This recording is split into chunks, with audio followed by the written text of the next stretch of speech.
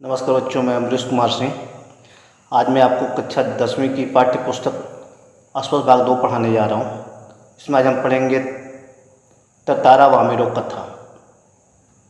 यह कहानी है। इस कहानी के लेखक हैं श्री लीलाधर मंडलोई, जिनका जन्म 1954 को छिंदवाड़ा गुड़ी छत्तीसगढ़ में हुआ था। पाठ प्रवेश। जो सभ्यता जितनी अधिक पुरानी होगी उतनी ही अधिक किस्से कहानियाँ उससे जुड़ी होती हैं। जो हमें सुनने को मिलती हैं, जो किस्से कहानियाँ हमें सुनने को मिलती हैं, ज़रूरी नहीं कि वो उसी तरह ही घटित हुई हों जिस तरह वो हमें सुनाई जा रही हों। इतना ज़रूर होता है कि इन किस्सों और कहानियों में कोई न कोई सीख छुपी होती है। अंडमान निकोबार द्वीप समूह में भी बहुत तरह के किस्से कहानियाँ मशहूर हैं। इनमें से कुछ को लीलाधर मंडलोई ने लिखा है। प्रस्तुत पाठ ततारा वामेरो कथा अंडमान निकोबार द्वीप समूह के एक छोटे से द्वीप पर केंद्रित है। उस द्वीप पर एक दूसरे से शत्रुता का भाव अपनी अंतिम सीमा पर पहुंच चुका था। इस शत्रुता की भावना को जड़ से उखाड़ने के लिए एक जोड़े को आत्म बलिदान देना पड़ा था। उसी जोड़े के बलिदान का वर्णन लेखक ने प्रस्तुत पाठ में किया है। प्यार सबको एक साथ लाता है और नफरत सबके बीच दूरियों को बढ़ाती है। इस बात से भला कौन इनकार कर सकता है। इसलिए जो कोई भी समाज के लिए अपने प्यार का, अपने जीवन का बलिदान करता है, समाज न केवल उसे याद रखता है बल्कि उसके द्वारा किए गए त्याग और बलिदान को बेकार नहीं जाने देता।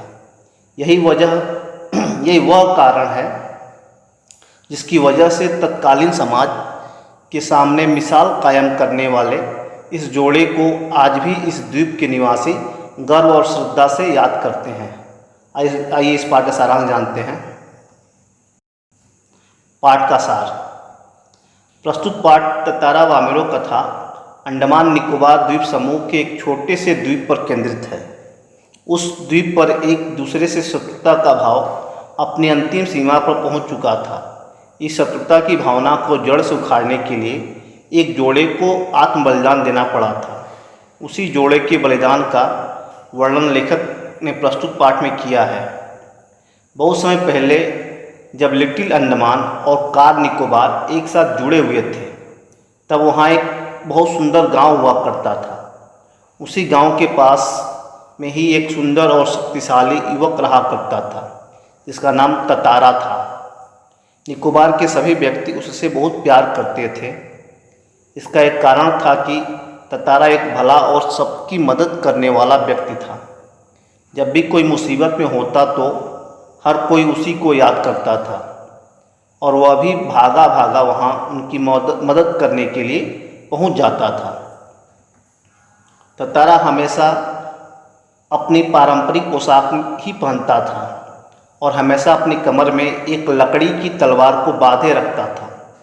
लोगों का मानना था कि उस तलवार में लकड़ी की बने होने के बावजूद भी अनोखी दैवी शक्तियां हैं। ततारा कभी भी अपनी तलवार को अपने से अलग नहीं करता था और दूसरों के सामने तलवार का प्रयोग भी नहीं करता था। ततारा की तलवार जिज्ञासा पैदा करने वाला एक ऐसा राज था जिसको कोई नहीं जानता था। एक शाम को ततारा दिन भर की कठोर मेहनत करने के बाद समुद्र के किनारे घूमने के लिए चल पड़ा। समुद्र से ठंडी ठंडी हवाएं आ रही थीं। शाम के समय पक्षियों की जो चहचहाटें होती हैं वे भी धीरे धीरे शांत हो रही थीं। अपने ही विचारों में खोया हुआ ततारा समुद्री बालू पर बैठकर सूरज की आखिरी किरणों को समुद्र के पानी पर देख रहा था, जो बहुत रंग बिरंगी लग रही थी। तभी कहीं से उसे मधुर संगीत सुनाई दिया, जो उसी के आसपास कोई गा रहा था। ततारा बेचैन मन से उस दिशा की ओर बढ़ता गया। आखिरकार ततारा की नज़र एक युवती पर पड़ी। उस युवती को यह पता नहीं था कि कोई युवक उसे बिना कुछ बोले बस देखता जा रहा है।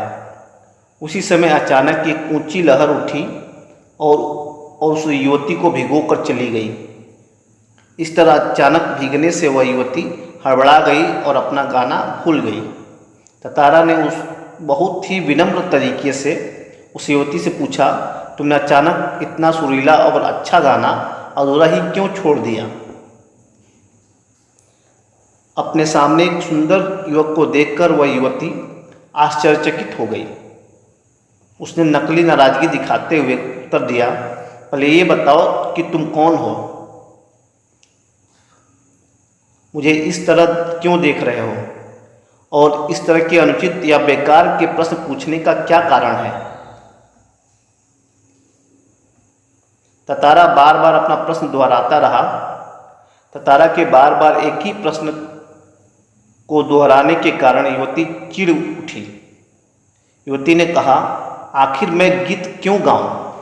अर्थात मैं तुम्हारी बात क्यों मानूं? क्या उसे गांव का नियम नहीं मालूम कि एक गांव का व्यक्ति किसी दूसरे गांव के व्यक्ति से बात नहीं कर सकता? इतना कहकर वह युवती जाने के लिए तेजी से मुड़ी। उसके मुड़ते ही मानो तारा को कुछ होश आया।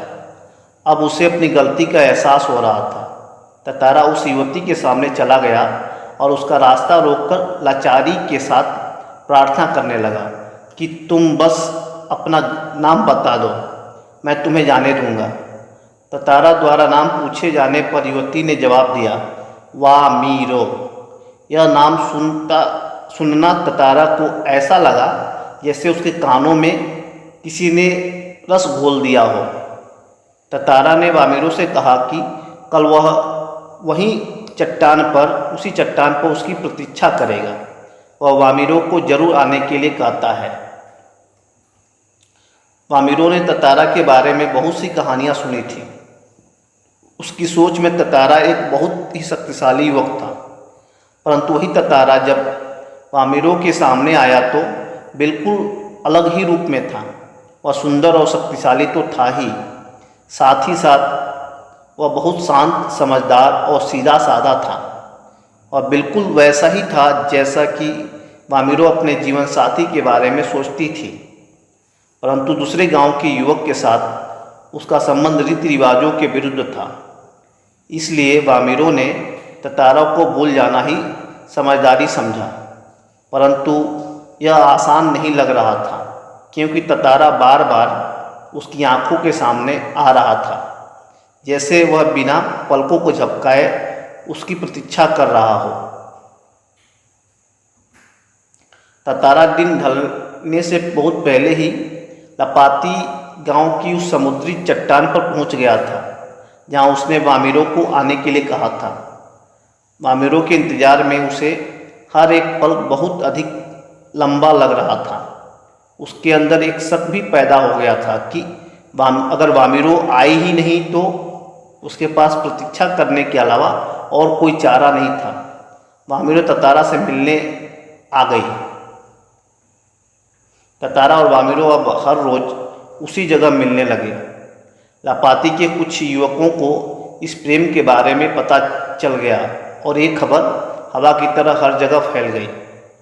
वामीरो लपाती गांव की ही रहने वाली थी और तारा पासा का।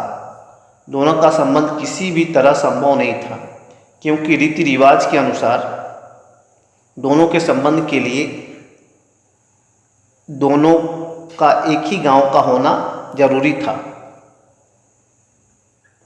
कुछ समय के बाद पासा गांव में पशु पर्व का आयोजन किया गया। पशु पर्व में हट्ठे कट्ठे पशुओं के दिखावे के अलावा पशुओं से युवकों की शक्ति परखने की प्रतियोगिताएं भी आयोजित होती थीं। तारा का मन इनमें से किसी भी कार्यक्रम में नहीं लग रहा था। उसकी परेशान आंखें तो वामीरो को ढूंढने में व्यस्त थीं।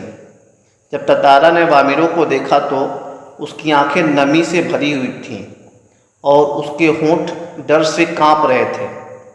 तारा को देखते ही वामीरो फूट फूट कर रोने लगी। ततारा इस तरह वामिरों को रोता देखकर भावुक हो उठा। वामिरों के रोने की आवाज़ सुनकर वामिरों की माँ वहाँ आ गई और दोनों को एक साथ देखकर गुस्सा हो गई। उसने ततारा को कई तरह से अपमानित करना शुरू कर दिया। गांव वाले भी ततारा के विरोध में बोलने लगे। लोगों की बातों को सुनना अब ततारा के लिए सहन कर पाना मुश्किल हो रहा था। अचानक उसका हाथ उसकी तलवार पर आकर टिक गया। गुस्से से उसने तलवार निकाली।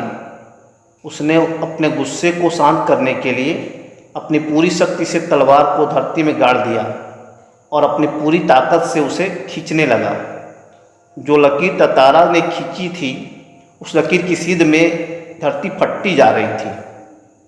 ततारा द्वीप के एक ओर था और वामिरो द्वीप के दूसरी ओर थी। ततारा को जैसे ही होश आया उसने देखा कि द्वीप के जिस ओर वह है वो टुकड़ा समुद्र में धंसने लगा है। अब वह तड़पने लगा। वह छलांग लगाकर दूसरी ओर जाना चाहता था, परंतु उसकी पकड़ ढीली पड़ गई और वह नीचे की ओर फिसलने लगा। वह उस कटे हुए द्वीप के उस आखिरी भूभाग पर बेहोश पड़ा हुआ था जो संयोगवश द्वीप से जुड़ा हुआ था। बहता हुआ ततारा कहाँ गया, उसके बाद उसका क्या हुआ, ये कोई नहीं जान सका। इधर वामिरो ततारा से अलग होने के कारण पागल हो गई। वह हर समय बस ततारा को ही खोजती रहती और उसी जगह आकर घंटों बैठी रहती जहाँ वो ततारा से मिलने आया करती थी। उसने खाना पीना छोड़ दिया था। परिवार से वह कहीं अलग हो गई। लोगों ने उसे ढूंढने की बहुत कोशिश की, परंतु अब वामिरो का भी कोई सुराग नहीं मिला कि वह कहाँ गई। आज ना तो ततारा है और ना ही वामिरो, परंतु फिर भी आज उनकी प्रेम कथा हर घर में सुनाई जाती है। निकोबार के निवासियों का मानना है कि ततारा की तलवार से कार निकोबार के जो 2 टुकड़े हुए उसमें से दूसरा टुकड़ा आज लिटिल अंडमान के नाम से प्रसिद्ध है, जो कार निकोबार से 96 किलोमीटर दूर स्थित है। निकोबार निवासियों ने इस घटना के बाद अपनी परंपरा को बदला और दूसरे गांव में भी विवाह संबंध बनाने लगे। ततारा वामिरो की जो एक दूसरे के लिए त्याग में मृत्यु थी वह शायद इसी सुखद बदलाव के लिए थी। धन्यवाद।